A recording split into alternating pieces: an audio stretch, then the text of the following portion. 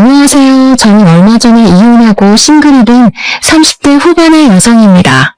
원래 다른 분들의 사연을 출퇴근하며 듣기만 하다가 문득 저의 이혼 사연도 쓰면 재밌을 것 같아 사연을 보내요. 사실 제가 지인들에게 저의 이야기를 하는 편이 아니라서 친구들도 저의 이혼 사실을 모릅니다.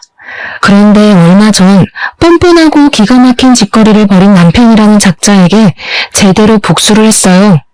통쾌하고 짜릿한 이야기를 속 시원하게 말하고 싶은데 행복하게 가정생활을 하는 친구들에게 말하기는 뭔가 좀 그렇더라고요. 그래서 여기 청취자분들께 저의 이야기를 한번 들려드릴까 해요. 끝까지 잘 들어주세요. 저와 남편은 결혼 전 같은 회사에 다녔습니다. 남편은 정규직, 저는 계약직이었는데 남편은 선배 사원들은 물론 계약직 사원들에게까지 친절하고 어려운 부탁도 잘 들어주었어요. 그런 모습이 좋아 보였던 저는 남편에게 호감이 생겼고 그 후 연애를 한 뒤 결혼까지 앞두게 되었죠.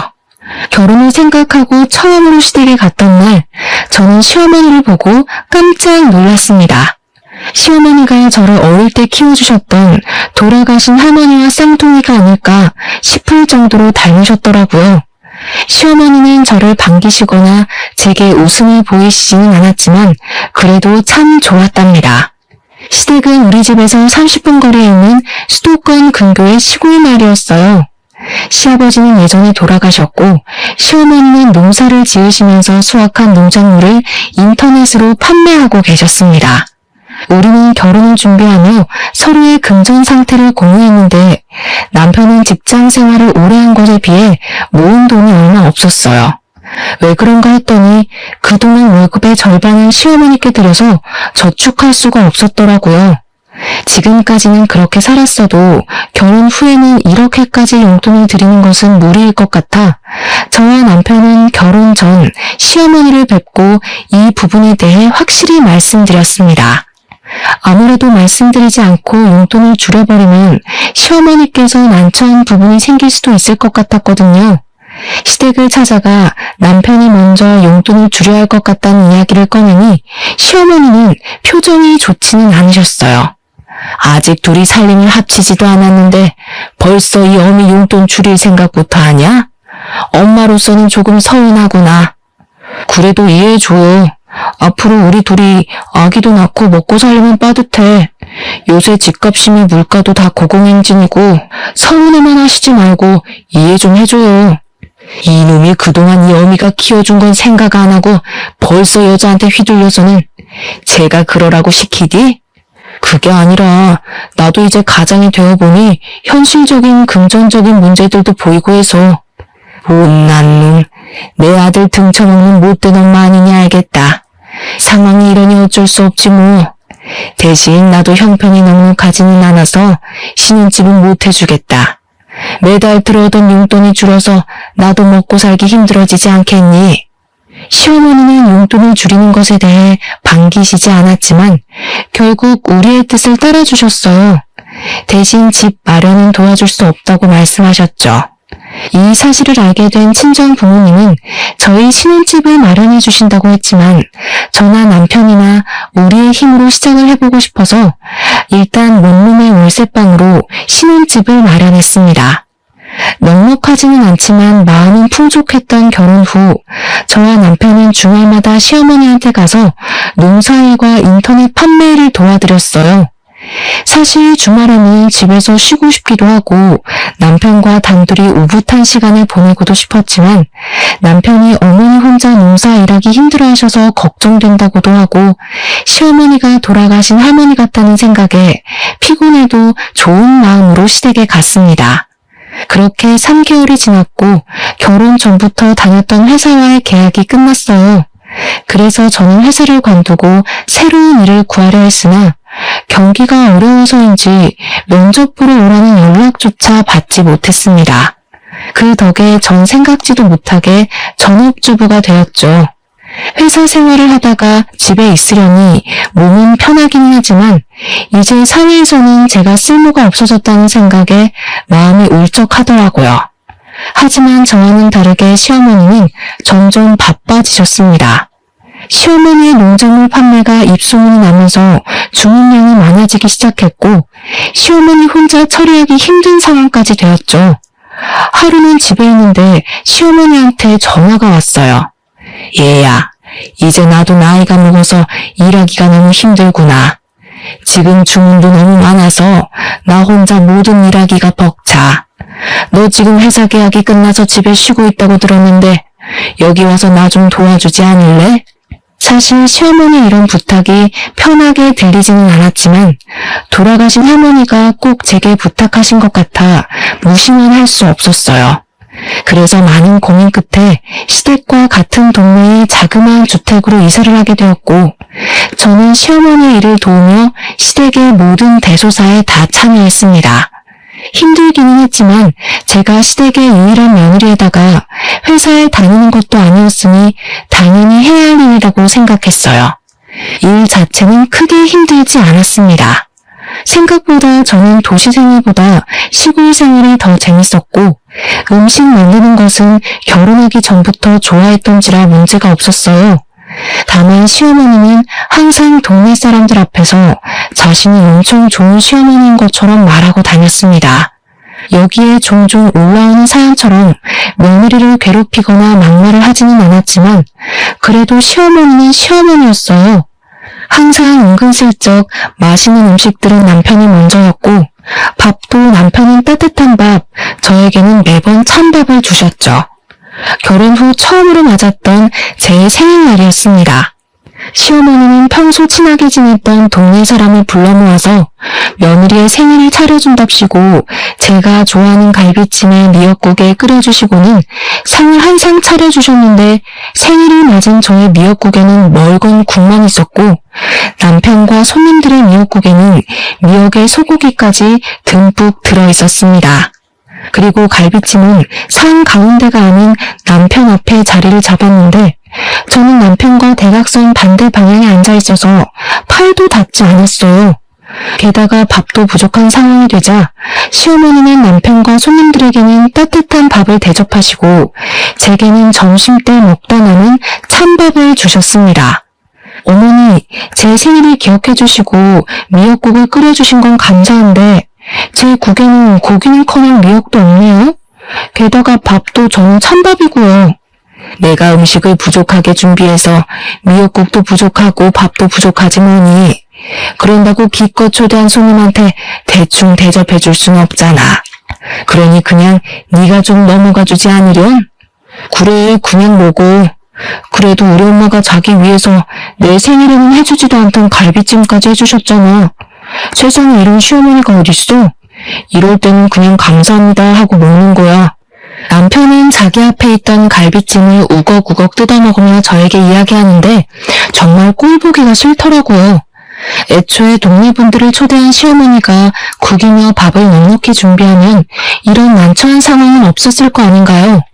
무엇보다 저는 그냥 남편과 단둘이 오붓한 생일을 바랬는데 시어머니가 굳이 이런 생일상을 차리신 이유가 동네 사람들에게 착한 시어머니처럼 보이고자 하려는 것 같아 기분이 썩 좋지는 않았습니다. 그래, 새색시가 이해해. 우리처럼 나이 먹으면 잘하던 음식도 못하게 되고 그래. 그래도 시어머니가 며느리 생일이라고 동네 사람들 불러 모아서 잔치상도 차리고 새색시 아주 복받았네. 나 때는 시어머니한테 미역국 얻어먹는 거 상상도 못했어. 생일이라고 말도 못 꺼냈다고. 아마 내 시어머니는 죽을 때까지 내 생일이 언젠지도 모르셨을 거야. 동네 할머니들이 하나같이 입을 모아 시어머니가 생일이라고 상을 차려주는 것이 어디냐고 하시는데 거기서 더는 말하기가 어려웠습니다. 저는 어쩔 수 없이 찬밥에 미역국을 말아서 먹었고 남편은 따뜻한 밥에 갈비찜을 아주 맛나게 먹었죠. 그리고 며칠 뒤 주말이라 시댁에 가서 밥을 먹었는데 또 시어머니는 또 찬밥을 주셨습니다. 그래서 이번에는 대놓고 남편의 따뜻한 밥과 제 찬밥을 바꾸었어요. 그 모습을 본 시어머니는 표정이 싸늘하게 굳었습니다. 너 지금 뭐 하는 짓이냐? 어떻게 하늘 같은 남편의 밥을 네 밥과 바꿔? 저도 집에서는 가장 따뜻한 밥 먹고 살았어요. 그런데 어제도 그러고 오늘도 그러고 계속 제게 찬밥만 주시니까 부당하다는 생각이 들어서요. 그리고 제가 이렇게 건강해 보여도 찬음식 자주 먹으면 꼭 체하더라고요. 너는 항상 집밥을 먹지만 우리 아들은 밖에서 뭘로 만들었는지도 모르는 식당밥 먹고 다니는데 집에서라도 당연히 따뜻한 밥을 먹여야 하는 거 아니야? 어머니, 저도 집에서는 귀하게 자란 딸이에요. 막말로 제가 집에서 놀기만 하는 것도 아니고 어머니랑 같이 일하는데 저도 따뜻한 밥 먹을 권리 있다고요. 너는 결혼 전에도 다달이 우리 아들이 내게 주던 돈도 줄이더니 참 당돌하네. 옛날에는 시어미 말에 며느리들이 아무 말도 못했는데 정말 세상이 어찌 돌아갈는지. 아이고, 억울해서 못 살겠다. 에이, 밥 안 먹으련다. 시어머니는 결국 화가 나 큰 방에 들어누웠고 남편은 꼭 밥상머리 앞에서 눈치 없이 그렇게 행동해야겠냐며 저를 구박했습니다. 다음날 남편은 회사에 출근하고 저는 시어머니가 걱정돼 아침부터 시댁에 찾아갔어요. 시어머니는 여전히 머리를 싸매고 누워 계셨고 시어머니의 소식을 들은 동네 할머니들이 시모가 걱정돼서 집에 오셨습니다. 저는 집에 오신 분들에게 과일이라도 대접하려고 부엌에서 주전부리를 꺼내 시어머니가 누워 계신 큰 방 앞으로 갔어요. 형님, 며느리가 나 일 도와준다고 여기 온 건 너무 고마운데 며느리 눈치 보느라 너무 힘들어 죽겠어. 생일이라고 내가 며느리 생일상도 차려 어제는 밑반찬 몇 개 해놨으니 가지러 오라고 할 겸 같이 저녁을 먹었는데 내가 노망이 났는지 또 밥을 적게 했지 뭐야. 그래서 나는 밥 한 숟갈도 못 뜨고 며느리한테는 찬밥이라도 줬지. 그런데 그거 가지고 나한테 따박따박 대들더라니까. 말년에 아들이랑 같이 산다고 되게 부러웠는데 또 그렇지만도 않네. 나라도 진짜 억울했겠어. 이렇게까지 며느리 생각하는 시어머니가 세상에 어디 있다고 말이야. 젊은 년이 버르장머리만 없어서 내가 어떻게 한 소리 해? 그러지는 마셔. 아무리 며느리라지만 남의 집 귀한 따님인데 그러면 쓰나. 그래도 내 옆에서 같이 일도 도와주잖아. 간간히 용돈도 주고 말이야. 비록 며느리 때문에 용돈이 줄기는 했지만 그래도 그게 어디야? 저는 시어머니가 동네 어르신들에게 하는 이야기를 들으니 정말 어이가 없었습니다. 그래도 일단 손님들 대접은 해야겠기에 방문을 여니 이미 동네 어르신들은 시어머니의 이야기만 듣고 저를 위아래로 훑으시며 혀를 끌끌 차고 계셨어요. 내가 솔직히 남의 집 일에 이래라 저래라 간섭하기는 싫지만 그래도 내가 한마디만 할게. 솔직히 세상 천지에 며느리에게 밥상 차려다 주는 시어미가 어디 있니? 기왕에 시어미 도우러 여기 왔으면 좀 잘 좀 모셔. 이게 뭐니 이게? 어르신들이 얼마나 저에게 역정이 내시던지 저는 그 자리에 그대로 굳어버렸고 그 모습을 뒤에서 지켜보던 시어머니는 아주 만족스러운 표정을 짓고 계셨어요.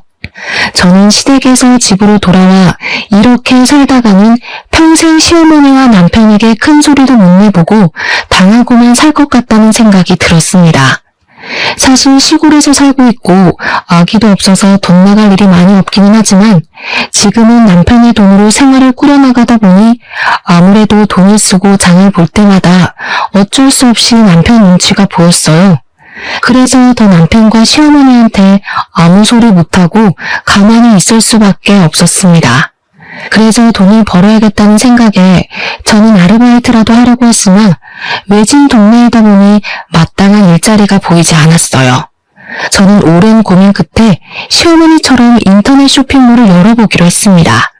일단 여기저기서 쇼핑몰을 효율적으로 운영하기 위한 공부를 시작했고 오전 오후에는 시어머니의 일을 도왔고 저녁과 밤에는 저의 쇼핑몰 일을 했어요.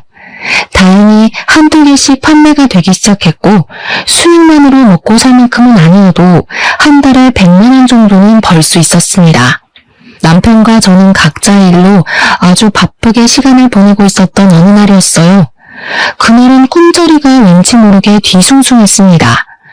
제가 원래는 머리만 대면 코를 골며 자고 꿈도 거의 꾸지 않는데 그날은 이상스러울 만큼 악몽을 꿨어요. 꿈자리가 뒤숭숭하고 괜히 엄마가 보고 싶어서 엄마에게 전화했는데 엄마가 전화를 받지 않았습니다. 그리고 잠시 후 아빠에게 전화가 왔어요. 엄마가 장보러 갔다가 교통사고를 당하셨고 사고가 너무 크게 나서 현장에서 사망하셨다고 합니다. 저는 그 소리를 듣고 바로 장례식으로 달려갔고 남편도 바로 장례식장으로 갔어요. 얼결에 시작한 엄마의 장례식은 정신없이 흘러갔습니다. 그리고 둘째 날 시어머니한테 부고 문자를 분명히 남겼는데 시어머니한테 아무 연락도 없고 오시지도 않았어요. 기다려도 오지 않자 저희 아빠가 먼저 남편에게 시어머니는 언제 오시느냐고 물었습니다. 저희 엄마 그러니까 허리를 삐끗하셔서 거동이 불편하다고 오시지 못한대요. 아까 저한테 연락이 왔어요. 못 와서 죄송하다고요. 아이고 그러셨어? 그럼 내일은 오시는 거지? 아마 봐야 할 것 같아요, 상황을. 남편은 분명히 어제까지만 해도 멀쩡하시던 시어머니가 갑자기 허리를 삐끗하셔서 못 오신다고 했습니다. 저는 허리를 얼마나 다치셨길래 차로 1시간도 걸리지 않는 장례식장에 못 오시나 싶어 걱정되었어요. 그래서 시어머니께 연락을 드려보았지만 전화를 받지 않으셨습니다. 그리고 다음날 발인하고 장례식이 다 마무리될 때까지 시어머니는 나타나지 않으셨어요.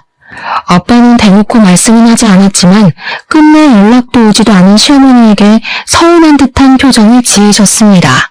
그렇게 장례식을 마친 후 집에 오는 길에 남편에게 시어머니 많이 다치셨냐고 물었어요. 우리 엄마? 허리는 무슨, 그냥 수확할 것도 많고 피곤하다고 해서 못 오신 거야. 뭐? 그럼 어제 우리 아빠한테는 왜 허리를 다치셨다고 이야기한 거야? 아무리 그래도 장인어른한테 일이 너무 많아서 못 온다고 이야기하면 좀 그렇잖아. 그래서 적당히 둘러댄 거지. 어때? 나 좀 그래도 머리 잘 굴렸지. 장난하냐? 정말 너무하네. 사돈은 가족 아니냐? 다른 날도 아니고 엄마가 마지막으로 가시는 날인데 어떻게 일이 바쁘고 피곤하다는 이유로 장례식을 안 오셔? 당연히 만사를 다 제치고서라도 오셔야 하는 거 아니야? 뭐가 너무해? 그리고 가족으로 생각하니까 내가 3일 내내 같이 있었잖아. 그럼 된 거 아니야? 꼭 우리 엄마까지 거기에 가야 해? 그리고 우리 엄마는 원래 기가 약해서 장례식장 같은 곳 함부로 다니면 안 된다고. 그럼 시어머니는 시어머니 친정 부모님 장례식도 못 가셨겠다. 기가 약해서 어떻게 가? 야, 그건 다른 문제지. 그건 친정 부모님이니까 당연히 가셔야 하는 거고. 지금은 사돈이니까 굳이 꼭 갈 필요가 없는 거고. 뭐? 일반적인 사람들은 친한 친구 부모님이 장례식에도 회사에 연차까지 써가며 가. 말을 말자. 정말 상식 이하인 너랑 대화하자니 내 입만 아프네. 남편은 제 말을 전혀 이해하지 못하겠다는 표정으로 더 대화를 이어가려고 했지만 저는 남편과 더는 대화를 하고 싶지 않았습니다.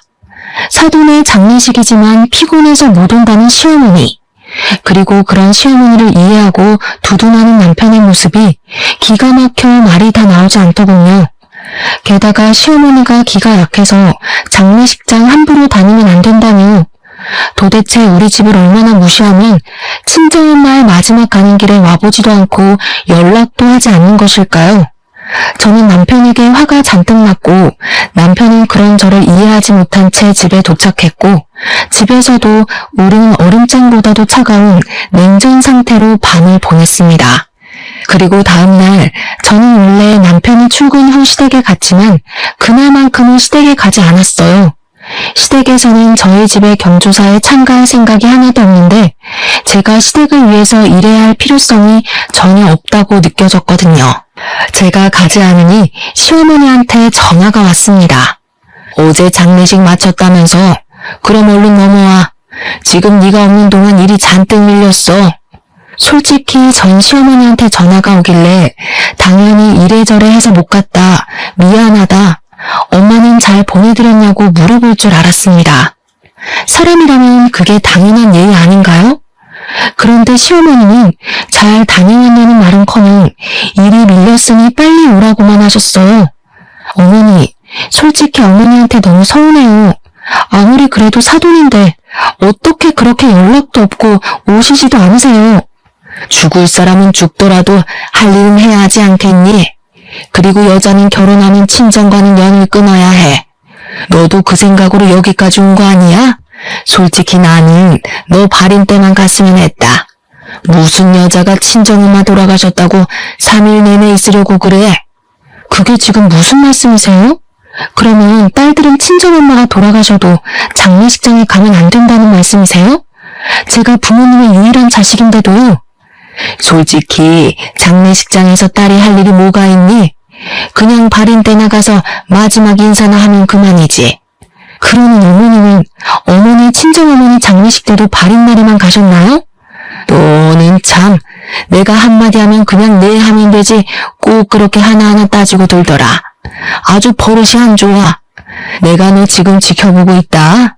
뭐 하나 제대로 걸리기만 해봐. 그리고 빨리 넘어와 일이나 하게. 저는 시어머니와 대화를 하면 할수록 정이 뚝 떨어졌습니다. 그래서 그냥 아무 말 없이 전화를 끊어버렸고 이제부터는 절대 시댁 행사에 참여하지 않기로 했어요.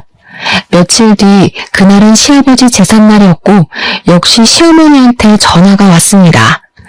우리 제사 준비해야 해서 장 봐야 하는데 언제 오니? 저는 시아버지 얼굴을 본 적도 없는데 제가 왜요? 너 요새 왜 그러니? 요새는 일하러 오지도 않고 내가 너 없어서 얼마나 힘든 줄 알아? 언제까지 그렇게 애처럼 굴 거야? 넌 이 집의 며느리야. 그럼 며느리 도리는 당연히 해야지 않겠어? 시어머니는 저한테 며느리의 도리를 운운하며 도대체 왜 그러냐고 저에게 화를 내셨지만 저는 그냥 전화를 끊어버렸습니다. 그리고 그날 밤 퇴근한 남편이 저에게 얘기 좀 하자며 도대체 요새 왜 그러냐고 묻더라고요. 내가 안 그러게 생겼어? 다른 일도 아니고 장례식인데 오시지도 않고 오자마자 위로는커녕 일부터 시키고 어떻게 그래? 그럼 산 사람은 살아야지. 사람 죽었다고 생업을 다 포기하니? 그리고 누구나 다 나이 먹으면 죽어. 다만 장모님은 조금 그 순간에 일찍 온 것뿐인데 도대체 언제까지 그렇게 방황하면서 살 건데? 누가 언제 생업 포기하래? 너네 엄마 평생 일하지 말랬냐고. 그냥 딱 하루, 이틀만 와달라는 거였잖아. 아니 1년 365일 중에 길어야 단 이틀도 우리 엄마를 위해 시간을 못 내? 그것도 인생에서의 마지막 날을. 지금 이 시기가 얼마나 바쁜 시기인지 너도 알잖아. 지금 바짝 일해서 1년을 먹고 살아야 하는데. 그리고 너네 엄마 장례식 때 나만 가면 됐지. 우리 엄마도 꼭 가야 해. 저는 남편의 이런 말을 전혀 이해할 수가 없었고 그날 남편과 저는 큰 소리를 내며 대판 싸웠습니다. 다음 날이 되어도 남편에 대한 화난 감정은 풀리지 않았고 저는 너무 답답한 마음에 엄마를 모신 곳으로 갔어요. 엄마 앞에서 한바탕 울고 나니 답답했던 마음이 어느 정도 풀렸습니다. 어느 정도 진정을 시킨 후 다시 집으로 가려고 나왔는데 모텔 앞에서 모텔을 바라보며 서 있는 남편을 보았어요. 그런데 그 옆에 웬 여자가 있었고 그 여자는 아주 해맑은 미소로 남편의 팔짱을 끼웠습니다. 딱 봐도 남편과 그 여자는 모텔에서 나오는 길이었어요. 누가 보아도 남편과 그 여자는 애인 같아 보였죠. 저는 너무 화가 나 견딜 수가 없었고 이제 이 남자와 나는 더 이상 같이 살지 못하겠다 생각이 들었습니다. 저는 일단 남편과 그 불륜녀가 함께 팔짱을 끼며 다정하게 걷는 모습을 사진 찍었어요. 그리고 그날 밤 퇴근한 남편에게 오늘 어디에서 뭘 하고 있었냐고 물었습니다. 뭐 하긴 뭐해. 회사에서 여태껏 일하다 왔지. 무슨 갑자기 뻔한 질문을 해? 일? 하긴 뭐 일도 하긴 했겠다. 그런데 이 사진은 뭐야? 저는 남편과 불륜녀가 함께 모텔에서 나와 팔짱을 끼고 길을 걷는 사진을 보여주었습니다. 남편은 처음에는 거래처 여직원이라는 말도 안 되는 소리를 했다가 결국 잠깐 만나는 사이였다고 시인을 하더군요. 유부남이 여자랑 잠깐 만나고 할 게 뭐 있어? 이런 걸 바로 불륜이라고 하는 거야, 이 멍청이야. 싸울 필요도 없이 그냥 이혼하자. 솔직히 너나 나나 요새 많이 서로 힘들었잖아. 아이도 없으니 그냥 깔끔하게 갈라서자고. 이혼? 이혼하면 우리 집 일 누가 해?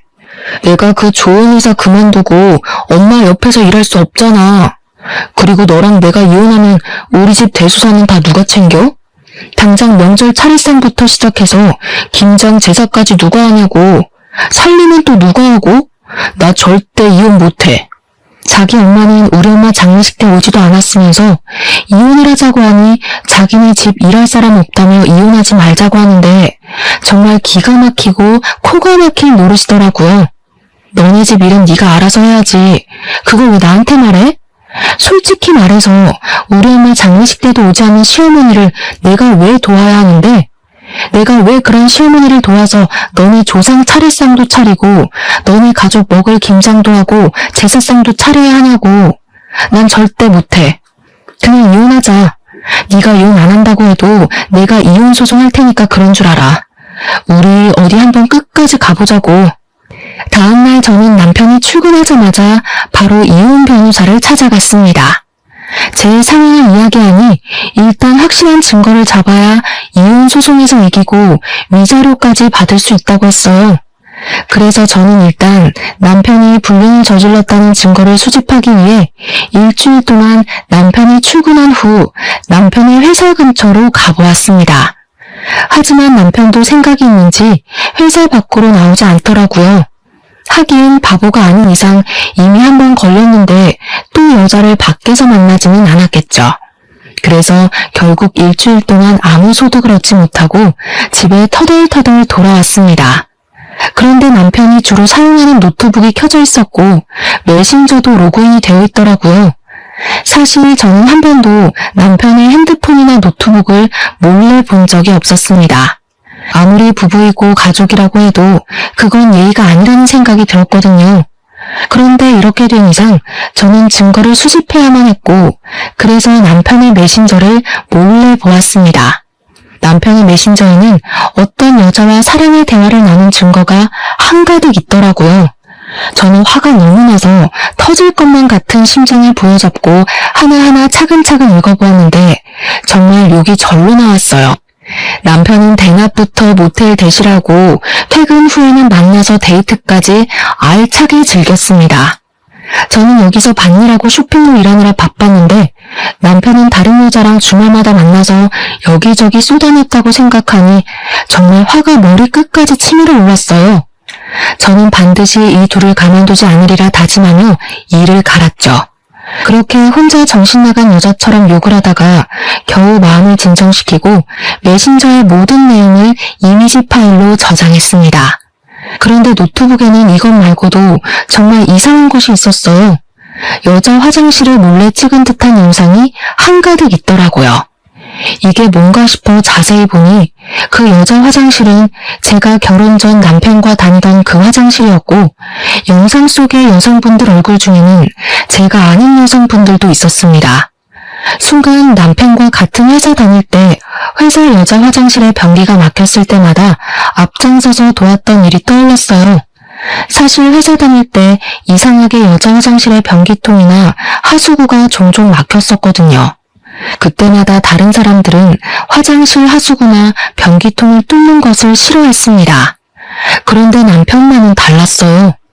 여자 화장실이 또 막혔어요. 도대체 뭐가 문제이지? 제가 한번 봐볼게요. 여자 화장실 잠시 들어가도 되죠? 그럼요. 솔직히 일도 많으시고 바쁘신데도 이렇게 항상 앞장서서 도와주셔서 감사해요.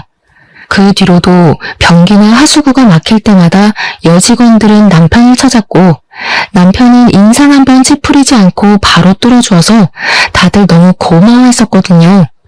저는 설마 하는 마음에 일단 회사 다닐 때 친하게 지냈던 사장님의 막내딸에게 전화해서 부끄럽지만 남편이 몰래카메라 촬영을 하는 것 같으니 확인해달라고 했습니다.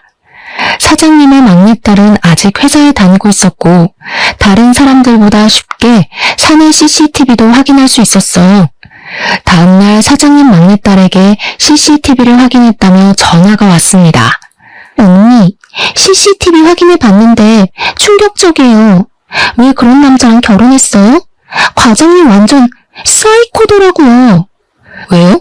CCTV에서 뭐가 나왔는데요? 과장님이 그동안 여자 화장실에 들락날락하며 몰래카메라를 설치한 게 맞아요. 지금 회사 뒤집히고 난리 났어요.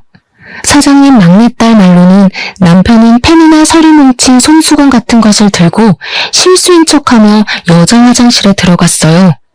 남편이 나올 때는 들고 갔던 물건들이 사라졌었고, 그렇게 남편이 들어갔다 나오면 어김없이 여자 화장실 변기통이나 하수구가 막혔습니다. 그런 남편은 이를 수리해준다는 핑계로 혼자 여자 화장실에 오래 있으면서 몰래카메라를 설치하고 배터리 교체 등을 마음 놓고 할 수 있었던 것이에요. 이 모든 사실을 한 저는 남편을 가만둘 수 없었습니다. 저는 사장님 막내딸에게 CCTV 영상을 보내달라고 했고 노트북 속의 영상들을 USB로 옮겨 담았어요.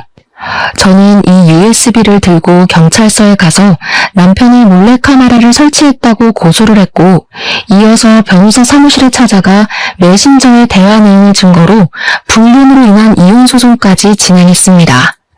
사장님 막내딸은 회사에 이런 사람이 있었다는 것에 크게 격분하며 바로 사장님께 보고했어요. 남편은 당연히 바로 회사에서 잘렸고 그렇게 잘리고 나오는 길에 경찰들에게 구속되었습니다. 저는 바로 구속이라는 소리를 듣고 그 모습을 보기 위해 회사 옆으로 갔어요. 남편은 저를 보고는 잠깐만 할 말이 있다며 저를 애타게 불렀습니다. 제발 우리 엄마만 모르게 해줘. 부탁할게. 우리 엄마 내가 이런 짓 했다는 거 알면 충격받으셔서 쓰러지실 거야. 대단한 효자 납시였네. 네가 한 짓거리가 잘못됐다는 건 아나 봐? 그걸 아는 새끼가 이딴 짓을 해? 지금 많이 반성하고 있어. 나도 내가 왜 그랬는지 모르겠다니까. 제발 우리 엄마한테는 아무 말 하지 말아줘. 그리고 너 아직 회사 여직원들이랑 가끔 연락하지? 그 여직원들이랑 친하게 지냈잖아. 여직원들에게 선처를 바라는 탄원서 좀 부탁할게. 우리 그래도 결혼까지 한 사이잖아. 안 그래? 그렇지. 결혼까지 한 사이이긴 하지. 그런데 말이야, 나 지금 변호사 사무실에 이혼한다고 너한테 소송 걸었어. 우리 이제부터 만남하자. 뭐? 소송? 네가 무슨 수로? 내가 이혼 합의 안 해주면 우리는 이혼 못해. 알지? 그야 네가 아무 잘못이 없을 때고. 근데 너는 조강지처 내버려두고 다른 년과 불륜을 저지른 유책 배우자라서 너의 합의 따위는 필요 없더라고. 그리고 그년이랑 아주 사랑의 대화를 진하게 나눴더라. 네가 그걸 어떻게 알아? 네가 어젯밤에 노트북을 안 꺼냈더라. 메신저도 그대로 로그인되어 있고. 잘했어. 그 덕에 네가 잘못한 것 만천하에 다 알리고 나도 이혼할 수 있게 됐네. 평소에는 도움이 안 되더니 막판에 아주 큰 도움 줘서 고마워. 남편은 제 말에 분노를 이기지 못해 난리를 쳤습니다. 그리고 저는 집에 가려는데 시어머니한테 지금 당장 마을회관으로 오라고 전화가 왔어요. 사실 굳이 만나고 싶지도 않았지만 자기 아들이 몰래카메라를 찍고 경찰서에 잡혀갔다는 소식을 들으면 어떤 표정을 지을까 궁금해서 마을회관으로 달려갔습니다. 얘야, 나는 네가 그동안 며느리 노릇을 하나도 하지 않았지만 그래도 싫은 소리 한 번 안 하고 꾹 참았다. 그런데 갑자기 우리 아들한테 이혼 소송이라니 그게 말이 된다고 생각하니? 맞아. 너 저번에 너네 시아버지 제사 때도 오지 않았다면서? 그리고 요새 너네 시어머니 얼마나 일이 많은데 어떻게 일을 하나도 안 도와줄 수가 있어? 이번에 혼자 밭일하다가 너네 시어머니 허리를 삐끗했어. 기왕 여기까지 온 거 너네 시어머니 좀 잘 모셔라.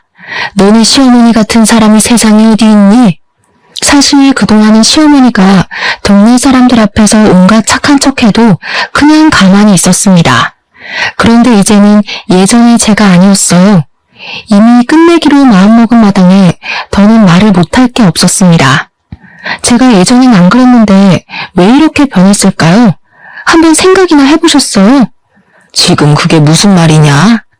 우리 엄마 돌아가실 때 어머니 오셨어요? 네, 정말 바쁘면 못 올 수도 있죠. 그럼 최소한 전화라도 하셨어야죠. 세상에 사돈이 돌아가셨다는데 아무 말 안 하는 그런 사람이 어딨어요?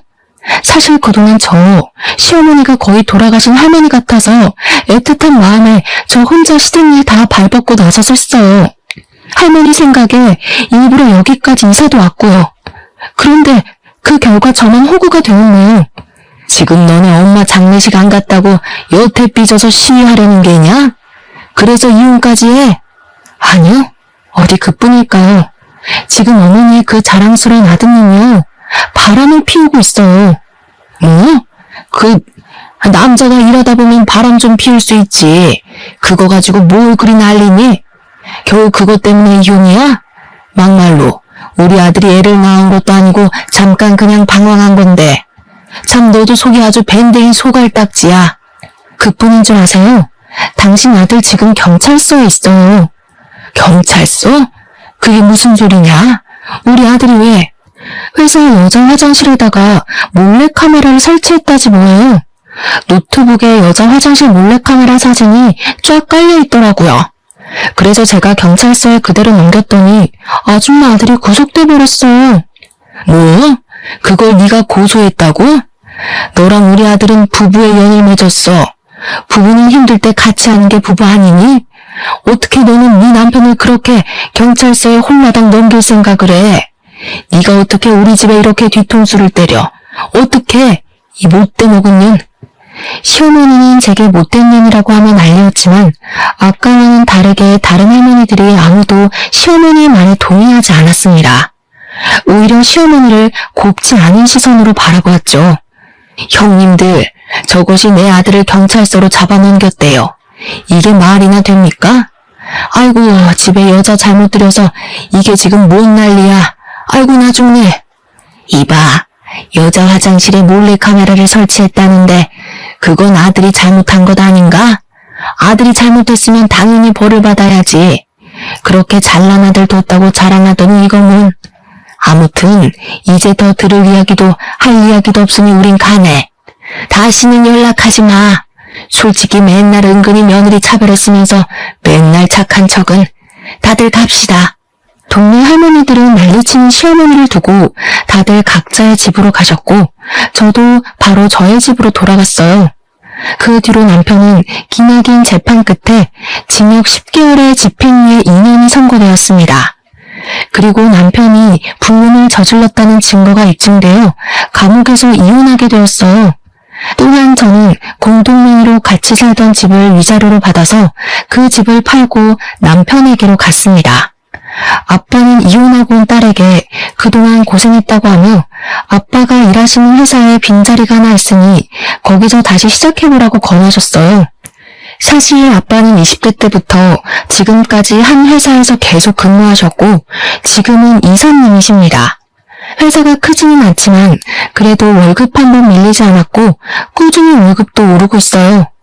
그렇게 저는 아빠 회사에서 사무직 직원으로 일하고 있습니다. 물론 제 쇼핑몰도 잘 되고 있기는 하지만 아직은 전업으로 하기에는 어려움이 있어서 앞으로 더 열심히 공부해 키울 생각이에요. 이렇게 새롭게 시작한 지 한 달 뒤 그다지 반갑지 않은 소식이 들려왔습니다. 바로 시어머니 소식이었는데 사실 시어머니한테는 나물 캐서 파는 것이 유일한 돈벌이였잖아요. 하지만 시어머니가 동네 사람들의 손가락질이 두려워 낮에는 집 밖으로 나가지 않고 밤에만 밖으로 나가 나무를 캐러 다녔대요. 그런데 시골길이 밤에 정말 어둡고 무섭거든요. 그 어두운 길을 혼자 밤에 다니다가 산에서 넘어져 실족사했다는 것입니다. 전 남편은 바로 감옥에서 나와 장례식을 치러야 했어요. 어떤 사람들은 이런 상황에서 안쓰러운 마음이 들기도 하겠지만 사실 저는 너무 통쾌하게 느껴졌습니다. 자업자득이라는 생각이 들었어요. 그래서 가서 마지막 가는 길을 한번 보기로 했죠. 부조금은 얼마나 할까 하다가 생각해보니 남편과 시어머니 둘 다 우리 엄마 돌아가셨을 때 부조금을 아예 안 냈더라고요. 그래서 그냥 빈손으로 가려다가 그것은 예의가 아닌 것 같아 부조금을 아주 약간 준비했습니다. 단돈 1,000원이요. 저는 장례식장에서 부조금 봉투에 당당히 제가 준비한 1,000원을 넣었어요. 그 모습을 본 남편이 화가 난 표정으로 제 손목을 딱 잡더라고요. 야, 너는 생각이 있는 거냐 없는 거냐? 여기에 네가 왜 와? 그리고 부조금 꼴랑 1,000원? 지금 장난하냐? 1,000원은 뭐 돈 아니니? 그리고 너랑 너네 엄마는 우리 엄마 돌아가실 때 부조금 냈어? 생각해보니까 너네 가족 우리 엄마 돌아가실 때 부조금 한 푼도 안 냈더라? 그보다는 1,000원이 더 낫지 않아? 그래도 1,000원이면 껌 하나만 씹으며 저승길 가실 수 있겠네. 지금 사람 놀리냐? 야, 솔직히 말해서 네가 그 파일들 경찰서에 넘기지만 않았어도 일이 이렇게 안 됐어. 그래도 잘 나가던 내 인생 이렇게 나락으로 보냈으니 네가 날 책임져야 하는 거 아니야? 그러게 평소에 네가 해실 똑바로 했었어야지.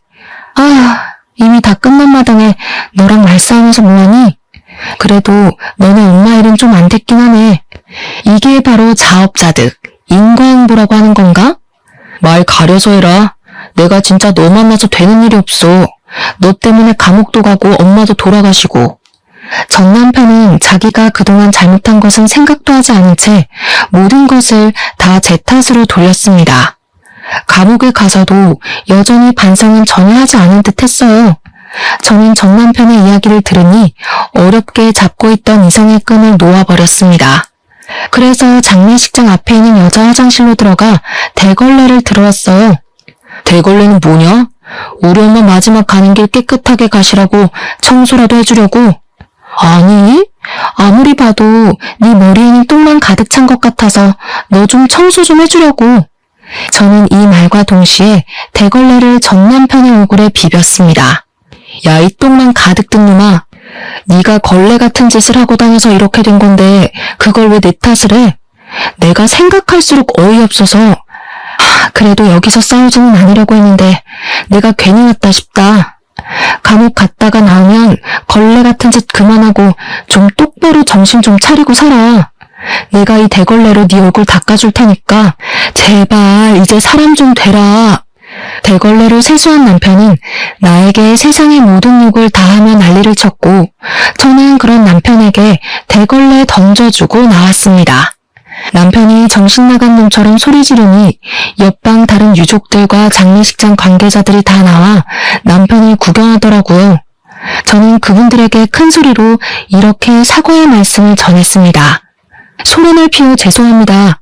그런데 저놈이 여자 화장실에 몰래카메라를 설치해서 감옥에 갔거든요. 제가 사람 좀 되라고 대걸레로 얼굴 한번 문질러줬습니다. 죄송합니다.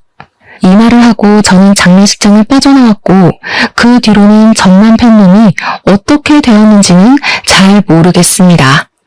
이날 장례식장에서 나오면서 얼마나 기분이 통쾌하고 짜릿하던지요. 10년 묵은 채증이 확 내려가 하늘을 날아갈 것만 같은 기분이었답니다. 이 글을 쓰는 지금도 전 남편 놈이 대걸레로 얼굴을 문대고 화를 내는 장면이 떠올라 미소가 절로 지어지네요. 저는 이렇게 저의 친정을 무시했던 시댁에 이렇게 짜릿한 복수를 했습니다. 지금은 열심히 제 일도 하며 그 어느 때보다 바르고 보람찬 하루하루를 보내고 있어요. 저의 살아온 이야기 어떠신가요? 부디 저의 이야기를 듣는 여러분이 재밌으셨기를 바라며 이제 마무리를 지어볼까 합니다. 오늘 남은 하루 행복하게 보내세요. 감사합니다.